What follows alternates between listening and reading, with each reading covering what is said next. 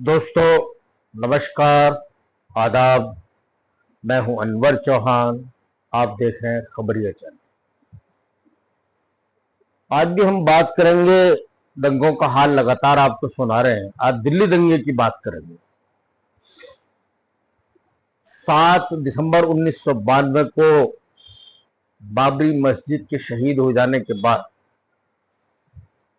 दिल्ली के north east district में police ने कहा था कि दंगा है। बेसिकली मैं उसे दंगा नहीं, हिंदू मुस्लिम दंगा नहीं मानता।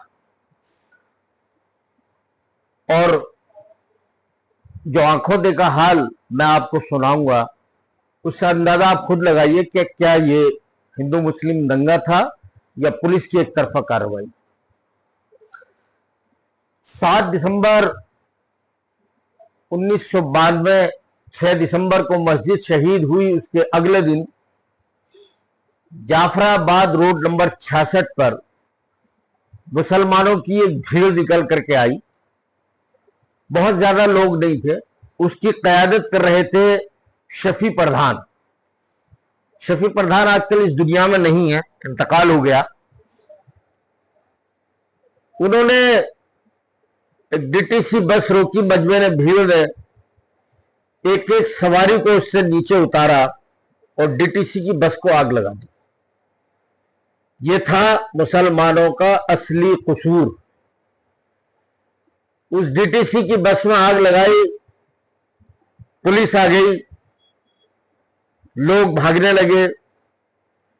पुलिस ने सीधे गोली चला दी। रोड नंबर 66 पर जाफराबाद का यह इलाका था। पुलिस की गोली से 11 लोग मारे गए। पुलिस ने न लाठी चलाई, न आंसू गैस के गोले छोड़े। मैं इस घटना का चश्मदीद हूं। बस को मेरे सामने जलाया गया, एक एक सवारी को उतारा और अचानक वहां पुलिस आ गई। और डीसीपी हुआ करते थे दीपक मिश्रा और एडिशनल डीसीपी थे यहां अजय कश्यप। दीपक मिश्रा ने तो गोली नहीं चलाई, लेकिन जो चश्मदीद है एडिशनल डीसीपी को बाकायदा गोली चलाते हुए देखा और उनकी गोली से एक नौजवान लड़का भी मरा। बंद गली के अंदर वो भागा छिपने के लिए। अजय कश्यप उसके पीछे भागे और भागते हुए को गोली मारी। ये थी 7 दिसंबर की घटना। इसके फौरन बाद कर्फ्यू लग गया। एक झड़प जरूर हुई हिंदू मुस्लिम। न्यू जाफराबाद में कुछ दंगाई आए और वहां मुस्लिम आबादी उस वक्त बहुत कम थी। जाकिर हुसैन स्कूल के प्रिंसिपल थे, रऊफ खान, रऊफ मास्टर। भीड़ आई, नारे लगाती थी। वो बाहर निकल के आए लाठी लेकर के और उनका दंगाइयों का सामना किया। दंगाइयों ने उन्हें ऑन द स्पॉट मार दिया था लाठियों से। ये एक घटना जरूर हुई हिंदू मुस्लिम। इसके अलावा हफ्तों वहां कर्फ्यू लगा रहा। पुलिस का एक तरफा रवैया था। डीसीपी ऑफिस जहां है सीलमपुर के पास, वहां से धोबी की फैमिली को उठाया गया। मैं डीसीपी ऑफिस में मौजूद था उस वक्त। ये मुस्लिम फैमिली थी। इसके धोबी और उसके लड़कों को पुलिस उठा करके लेकर आई। डीसीपी ऑफिस के अंदर ही इस कदर उन पर लठ बजाया गया जैसे किसी जानवर पर लठ बरसाते। जब पुलिस वाले थक जाते थे तो वो हट जाते थे, दूसरे पुलिस वाले आते थे, वो उनको लठ बजाने लगते थे। कसूर क्या था कि उनके घर से एक कट्टा निकला था, देसी कट्टा। ये कसूर था, कसूर भी बता के साथ चलना चाहिए। मैं ये नहीं कह रहा कि निर्दोष थे, देसी कट्टा उनके घर से मिला था। कर्फ्यू लगा हुआ था। अगला दिन गुजरा तो वेलकम की लकड़ी मार्केट जो है, वहां रिहायशी इलाका है। आग किसने लगाई मुझे नहीं मालूम, लेकिन मुस्लिम घरों में आग लगी हुई थी दरवाजे की तरफ से।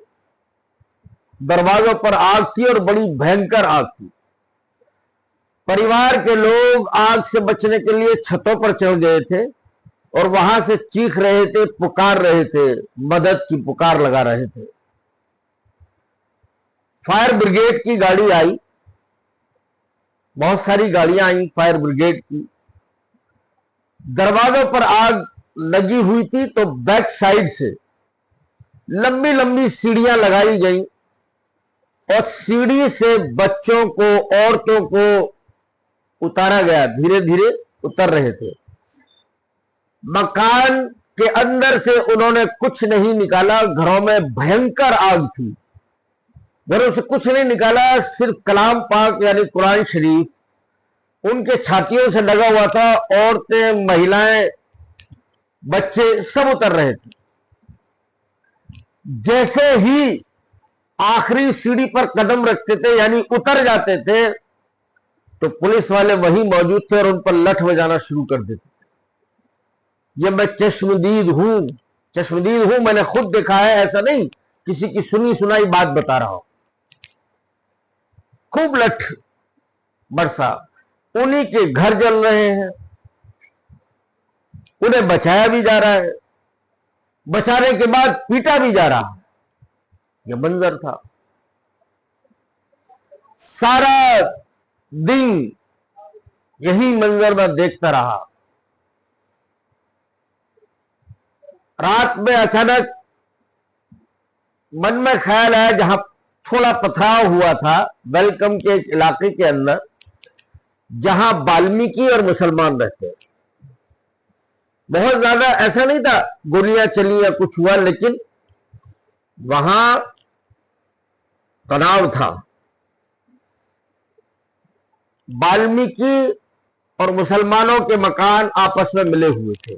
जब थोड़ा पत्थर चला तो मुसलमान मकान खाली करके भाग गए और पुलिस का वहां पहरा लग गया। बड़ी तादाद में वहां पुलिस लग गई। रात को मैं घूम तो रहा ही था, जहां जहां कर्फ्यू लगा हुआ था सारा दिन मैं घूमता था। रात को भी अचानक मैंने कहा जहां आज पत्थर चला था वहां का नजारा देख करके आता। तो वेलकम के उस इलाके में जहां वाल्मीकि और मुसलमान आसपास रहते हैं, तो वाल्मीकियों से पहले ही जो मुस्लिम आबादी थी, एक गली के किनारे जब मैं वहां पहुंचा, सन्नाटा था, पुलिस वाले मौजूद थे। उस सन्नाटे के बीच में एक महिला गली के नुक्कड़ पर खड़ी थी और बड़ी परेशान हाल नजर आ रही थी। मेरे पास स्कूटर हुआ करता था, टू व्हीलर। मैंने उस महिला के पास स्कूटर रोका अपना। मैंने पूछा यहां कैसे रात में खड़ी, कर्फ्यू लगा हुआ है? उन्होंने कहा कर्फ्यू तो लगा हुआ है, मेरा घर बॉर्डर पर यानी उस बॉर्डर पर है जहां वाल्मीकि और मुसलमान है। हम सारे लोग मकान खाली करके इधर आ गए। बच्चा मेरा भूखा है, बहुत रो रहा है। दूध मेरा उसी मकान में है, फ्रिज में रखा हुआ है। मैं कर्फ्यू लगा हुआ है, पुलिस का पहरा है, मैं जा नहीं सकती और दूध के बिना बच्चा रह नहीं पा रहा है। मैंने कहा आइए मेरे साथ चलिए, आप दूध निकाल के लाइए, आपसे पुलिस वाले कुछ नहीं कहेंगे। मैंने उस महिला को साथ लिया। उसके मकान तक बाहर ताला लगा हुआ था, वो ताला लगा के भागे थे। ताला खोला, महिला ऊपर चढ़ी जीने पर, मैं उसके साथ था। दूध निकाला उसने, कांप रही थी। मैं आगे आगे था, उसने दूध भी निकाला। एक बर्तन था दूध का, उसने हाथ में लिया और जीने से उतर रही थी। कांप इतना रही थी, डर और दहशत इतनी थी कि मैं आगे था, उसका वो दहशत में वो जो कांप रही थी, बर्तन हाथ से छूट गया और दूध गिर गया। दूध जो गिरा, उसकी उस महिला की आंखें डबडबा गई। रो देना चाहती थी। मैंने कहा कोई बात नहीं, दूध गिर गया, आप आ जाइए। खैर वो महिला उतर आई, उसने अपना ताला लगाया और वापस मैंने उसी गली पे छोड़ दिया जहां वो महिला खड़ी थी। मैंने कहा बच्चे को दूध चाहिए, मैं लेकर के आता हूं, आप मुझे यहीं मिलिएगा, थोड़ा देर लगेगी, मैं लेकर के आता हूं कहीं से। स्कूटर मेरे पास था, शादरा बहुत ज्यादा दूर नहीं है उस जगह से, वेलकम से 1-1.5 किलोमीटर का फासला था, शादरा खुला हुआ था। मैंने वहां से दूध लिया और उस महिला को सौंप दिया। यानी मैंने बताया कि दहशत, इस किस्से को मैं सिर्फ इसलिए बता रहा हूं कि दहशत इतनी थी कि उस दूध की उसको बहुत जरूरत थी और दहशत में वो दूध भी उसके हाथ से गिर गया। खैर वहां से फिर हम चले, जाकर के नेक्स्ट डे फिर हमारी रिपोर्टिंग का सिलसिला शुरू हो गया। कुल मिलाकर के इस दंगे में 11 लोग तो पहले दिन पुलिस की गोली से मरे। एक मास्टर रऊफ जो थे वो दंगाइयों के हाथ मरे। और एक जगह देख करके आप हैरत में रहेंगे, हैरत करेंगे कि पथराव हुआ पुलिस और पब्लिक के बीच। ये जनता कॉलोनी का वाकया है। पुलिस वाले थे एक तरफ और दूसरी तरफ पब्लिक थी। पत्थरबाजी हो रही थी, पुलिस गोली चला रही थी, गोली भी चला रही थी, टीयर गैस के, आंसू गैस की गोली भी छोड़े थे। पुलिस की गोली 2 लोगों को लगी, एक हिंदू था एक मुसलमान था। दोनों को एक ही चारपाई पर ला करके डाल करके लाया गया और दोनों को एक साथ अस्पताल भेजा गया। अब आप इस बात से अंदाजा लगाइए कि क्या ये हिंदू मुस्लिम दंगा था। यानी पुलिस का जो मुकाबला कर रहे थे उसमें हिंदू भी थे मुसलमान भी थे। एक तरफ पुलिस थी, दूसरी तरफ पब्लिक थी। मुसलमान नहीं थे वो कि यानी मुसलमान पुलिस पे पत्थर चला रहे थे, नहीं, उसमें हिंदू भी शामिल थे। ये इस बात की तस्दीक करता है कि गोली 2 लोगों को गोली लगना, जिसमें एक हिंदू एक मुसलमान, पुलिस की गोली लगी दोनों को। और भला हो कब तक, जब ये दंगा चल रहा था, मेरा अपना अखबार निकलता था नेशन के नाम से, तभी कुछ महीने बाद ही मैंने जनसत्ता ज्वाइन किया था। तो जनसत्ता अखबार जो जमुना पार पेज निकलता था उसके इंचार्ज थे कुमार संजय सिंह, मेरे बड़े भाई हैं। उस वक्त तक उन्होंने रिपोर्टिंग शुरू की, केवल जनसत्ता अखबार में बाकायदा ये सुर्खियों में छपता रहा, कुमार साहब उसे छापते रहे कि ये हिंदू मुस्लिम दंगा कतई नहीं है। और उन्होंने जो इन 2 लोगों को गोली लगी थी इस पर भी एक खबर लिखी, जयराम को इकराम की थप्पियां, मुझे अभी तक उसका हेडिंग याद है। दोनों को एक चारपाई पर डालकर लाया गया और वहां से अस्पताल ले जाया गया। कुल मिलाकर इस दंगे में 28 लोग मारे गए थे। एक रऊफ, मास्टर रऊफ, और 2 लोग जनता कॉलोनी के सामने एक पट्टी है जो न्यू जाफराबाद से मिलती है, वहां एक मुसलमान पति पत्नी रहते थे। दंगाइयों ने उन्हें पीट पीट कर मार डाला था और घर में आग लगा दी थी। ये 2 लोग और मरे थे। कुल मिलाकर 3 लोग बलवाइयों के हाथ से मरे। मुसलमान के हाथ से कोई जान नहीं गई, लेकिन बताया जा रहा था कि मुसलमान खुराफात कर रहे हैं, इसलिए गोली चलाई। मुसलमानों के हाथ से एक वारदात हुई है जो मैं आगे अभी आपको तफसील से बताऊंगा। यहां तक की घटना यह है कि मुसलमान के हाथ से न तो कोई मारा गया, न किसी के घर में आग लगाई, उनके घर जले, वही पिटे और गिरफ्तार भी मुसलमान ही हुए। 547 मुसलमानों को गिरफ्तार किया गया, इसलिए कि ये दंगा कर रहे थे। मैंने बताया कि मुसलमानों ने डीटीसी बस को फूका था, ये कसूर है। एक कसूर और है, दिल्ली पुलिस का ही एक एएसआई होता था नूर मोहम्मद, वो गश्त पर था कि अचानक कुछ लड़कों ने उस पर चाकू से हमला कर दिया।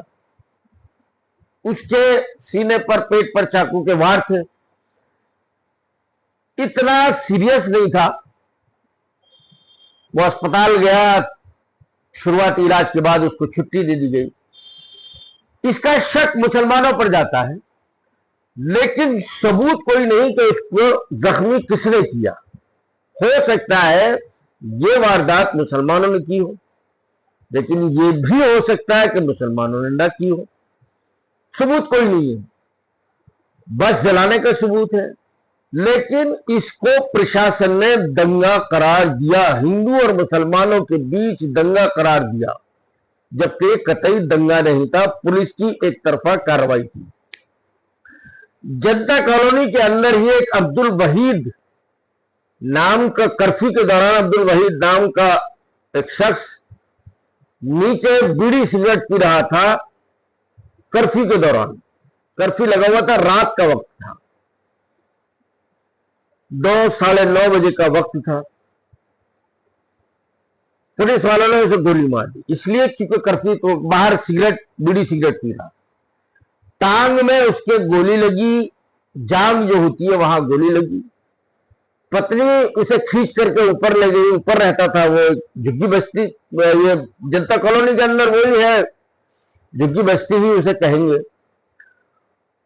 अब्दुल वहीद को उसकी पत्नी खींच करके ले गई। उसने पट्टा जो भी कुछ बांध सकती थी बांधा, इधर उधर चिल्लाती रही। मोबाइल फोन होते नहीं थे उस वक्त, 93 की ये बात है। और उसे पुलिस से कहती रही कि कैसे जाए अस्पताल, कोई आने को तैयार नहीं, कि कर्फ्यू लगा हुआ, कैसे अस्पताल ले जाए। रात भर खून बहता रहा, सुबह उसकी मौत हो गई अब्दुल वहीद की। ये भी पुलिस के हाथों मारा गया। कुल 28 लोग मारे गए थे। 28 में से 3 निकाल दीजिएगा जो दंगाइयों के हाथ मारे गए, 3। इसमें किसी हिंदू की कोई जान नहीं गई थी। ये 3 मुसलमान दंगाइयों के हाथ मारे गए, बाकी 25 दिल्ली पुलिस की नॉर्थ ईस्ट डिस्ट्रिक्ट के हाथों मारे गए थे। और फिर भी इसको हिंदू मुस्लिम दंगा करार दिया जा रहा था।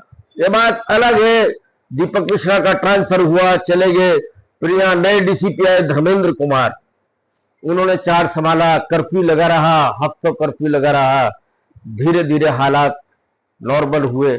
तो ये थी 1993 के दिल्ली दंगे की दास्तान। आज की इस वीडियो में सिर्फ इतना ही। अगर भाई वीडियो पसंद आई हो तो मेरे चैनल को सब्सक्राइब जरूर कर दीजिएगा। जय हिंद, जय भारत।